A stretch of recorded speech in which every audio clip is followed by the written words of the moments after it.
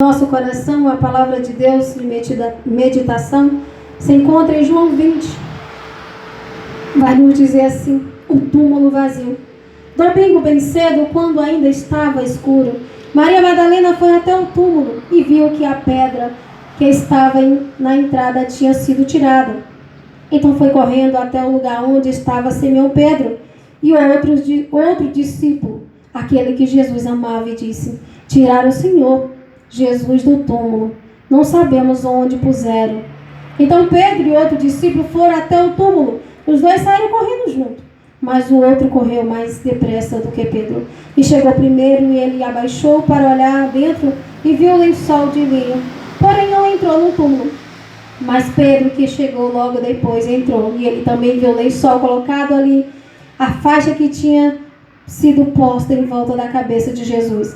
A faixa não estava junto com os lençóis, mas estava em outro lado ali. E o outro discípulo, que havia chegado primeiro, também entrou no túmulo e viu e creu. Ele ainda não tinha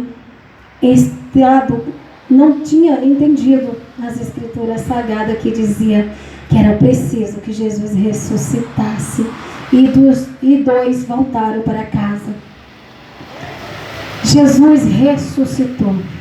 Aquele verbo que um dia se fez carne e habitou entre os homens, para dar-nos o direito da salvação, o direito de ser chamado Filho de Deus.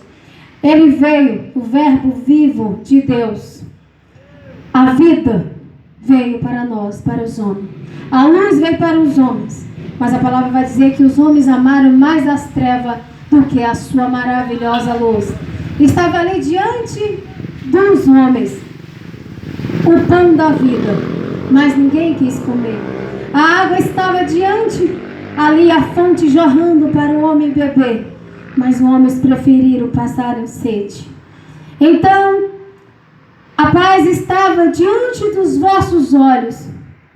Mesmo assim, travaram uma guerra contra o Cristo, uma guerra contra o Cordeiro de Deus. E foi necessário que a humanidade, que nós todos vencemos. Porque nós vencemos Jesus, porque Ele carregou os nossos pecados. O nosso pecado venceu o Cristo até o túmulo. Mas o túmulo não pode reter aquele que é a vida. Hoje Ele vive eternamente e Ele reina e está sentado na direita do Pai, que é todo poderoso. E se Ele ressuscitou, nós também iremos ressuscitar junto com Ele para a vida eterna. Todo aquele que aceita Cristo já tem a vida eterna. Tiraram o dono da vida, mataram a vida, mas a morte ela não pode deter aquele que é a vida.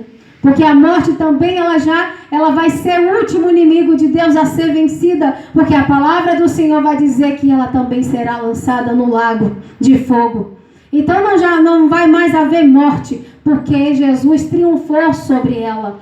Então, se Jesus triunfou sobre a morte, é para dizer que você tem a vida eterna em Cristo Jesus. Se temos Cristo, temos a vida eterna. O dono da vida é Cristo. E agora Ele veio como cordeiro, mas Ele veio como cordeiro, mas agora já não é mais o cordeiro. Hoje Ele já é o leão da tribo de Judá.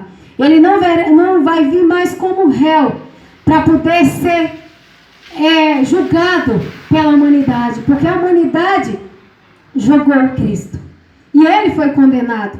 Ninguém podia absorver, porque Ele mesmo se entregou. Ele mesmo se fez réu. Não foi eu e você, não foi o povo que estava lá naquele momento que fez com que Cristo se tornasse réu.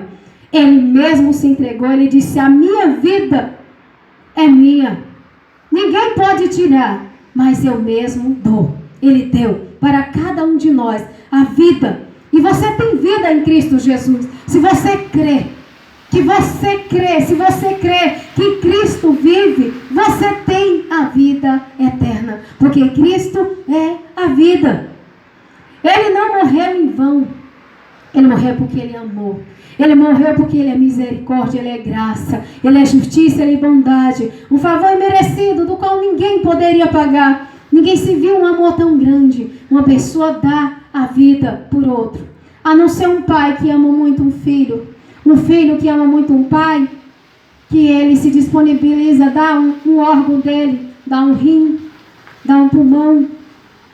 Isso é um amor também.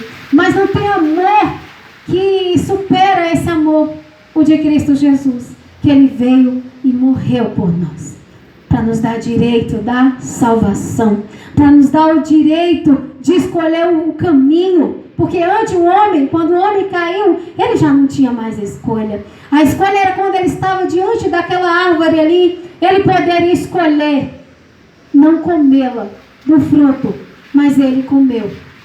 Então a escolha do homem, que Deus botou a escolha ali, foi ali aquela árvore. Olha, se você pode comer de todo o fruto do jardim, mas da árvore do conhecimento do bem e do mal, no dia que você comer, certamente você morrerá. Direito de escolha, comer ou não. Mas o homem escolheu, ele escolheu a morte, e ele comeu do fruto. Então agora você só tem a vida e a morte diante de você também. Eis aí, o homem fez a escolha, mas há dois caminhos. Agora aí ainda é escolha, ou o caminho da vida ou o caminho da morte. É esse que nós escolhemos. O livre-arbítrio para nós naquele tempo lá já acabou ali. O direito de escolher a vida tínhamos ali naquele momento, não desobedecer a Deus, mas o homem desobedeceu. Mas aí só há dois caminhos. Já não tem mais o que fazer. É dois caminhos. Ou é vida ou é morte. O homem escolheu o conhecimento. E é por isso que a humanidade está perdida. Cada vez está se perdendo. É porque quer conhecer mais do que Deus. Quer saber mais do que Deus. E perde dentro de si mesmo. Porque não reconhece Jesus Cristo. A fonte da vida está aí jorrando para cada um daqueles que crê. Aquele que crê não vai perecer. Por quê? Porque ele é o pão. Por quê? Porque ele é a água. Por quê? Porque ele é a vida eterna. Ele é tudo que nós precisamos. Ele é o consolo. Ele é a misericórdia. Ele é a graça. Ele é tudo.